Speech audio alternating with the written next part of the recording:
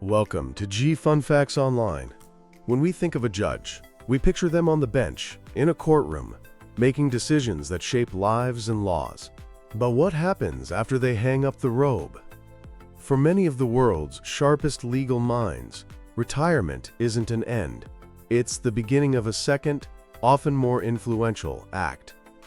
Today, we're pulling back the curtain on the unseen hand of retired justices and how they are shaping our modern world. From investigating national scandals to settling billion-dollar corporate disputes long after they've left the public eye. What was once a quiet retreat from public life has become a dynamic new chapter in public service. Freed from the constraints of the bench, retired judges are increasingly called upon to lend their wisdom and impartiality to a host of complex problems. This isn't just happening in one country, it's a global phenomenon. In the United Kingdom, they lead massive public inquiries into national crises. In India, they head commissions and tribunals. In the United States, they serve as special masters and mediators in thorny legal cases. Even in civil law systems, where the judicial role is traditionally more defined, the expertise of retired judges is being leveraged in new and innovative ways. Their post-retirement careers fall into a few key areas: leading public investigations, acting as private judges in arbitration, and advising the highest levels of government. Each role is packed with benefits, but also fraught with ethical questions that strike at the heart of what we expect from justice and governance. Perhaps the most visible role for retired justices is chairing public inquiries.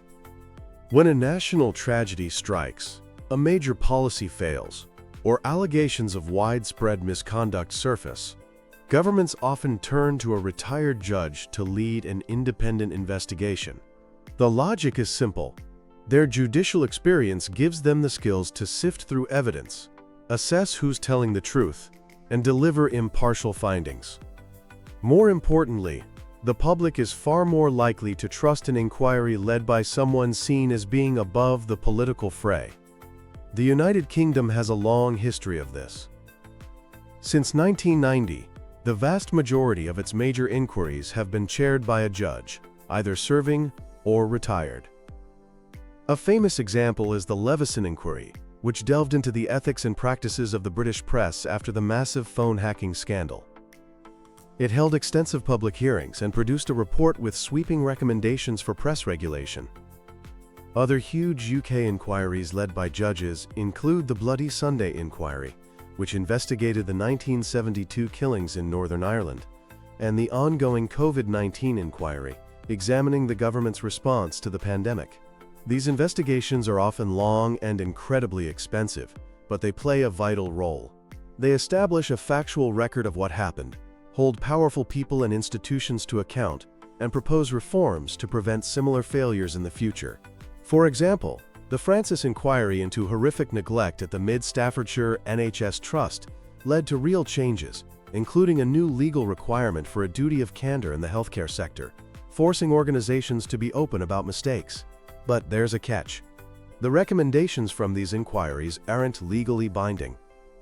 This can create immense political pressure for change, but it also raises concerns that governments might use an inquiry to simply delay taking action, or worse, cherry-pick the recommendations that suit their political agenda.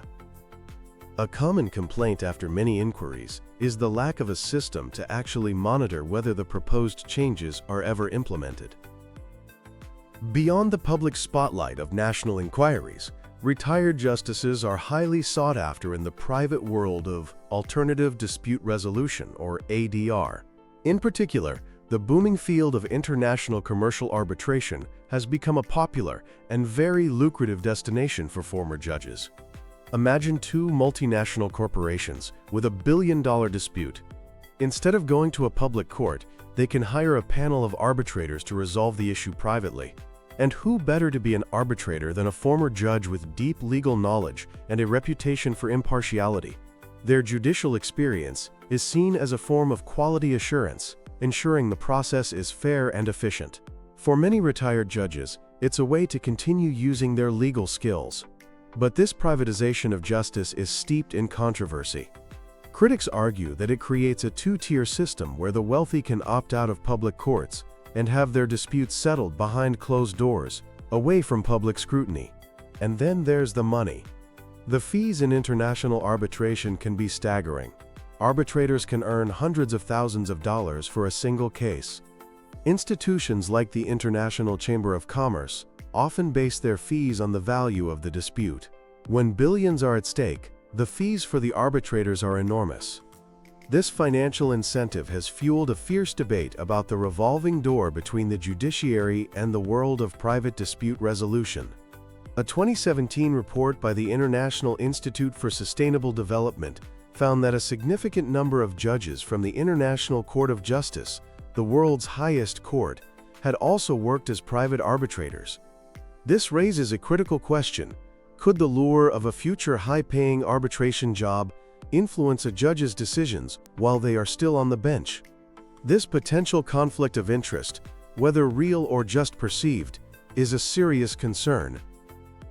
Governments also frequently tap into the wisdom of retired justices by appointing them to advisory roles. This can range from serving on law reform commissions, tasked with updating a country's entire legal code, to providing quiet counsel on complex constitutional matters. The idea is that these legal veterans can offer dispassionate, well-reasoned advice, free from the usual partisan politics. In India, it's common for retired Supreme Court judges to head the Law Commission of India, which reviews and recommends changes to the country's laws.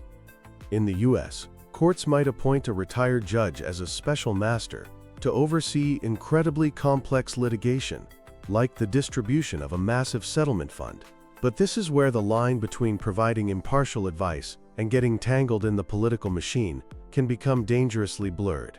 When a retired judge is appointed to a role that is seen as political, it can undermine public confidence in the independence of the entire judiciary. This concern exploded into a major controversy in India when the former Chief Justice Ranjan Gogoi was nominated to the upper house of parliament just a few months after his retirement.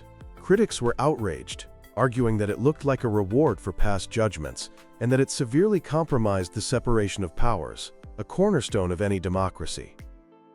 This brings us to the central conflict in this entire story: the revolving door and its threat to judicial independence. The core fear is that the prospect of a prestigious, high-paying job after retirement could subconsciously or consciously influence a judge's rulings while they are still on the bench. Whether this quid pro quo is real or not, even the perception of it can be corrosive, eroding public trust in the impartiality of our justice system. The debate is especially intense in countries like India, where the government is the single largest litigant in the court system. When judges who frequently ruled on government cases later accept appointments from that same government, it creates a perception of favoritism that is difficult to shake. To counter these concerns, many have proposed a mandatory cooling-off period. This would be a rule prohibiting retired judges from accepting certain types of appointments for a specified time, say 2 or 3 years after leaving the bench.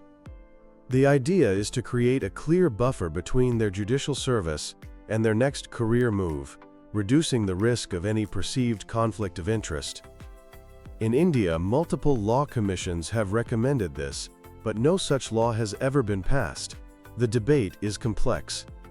Proponents argue a cooling-off period is an essential safeguard to protect the very foundation of judicial independence.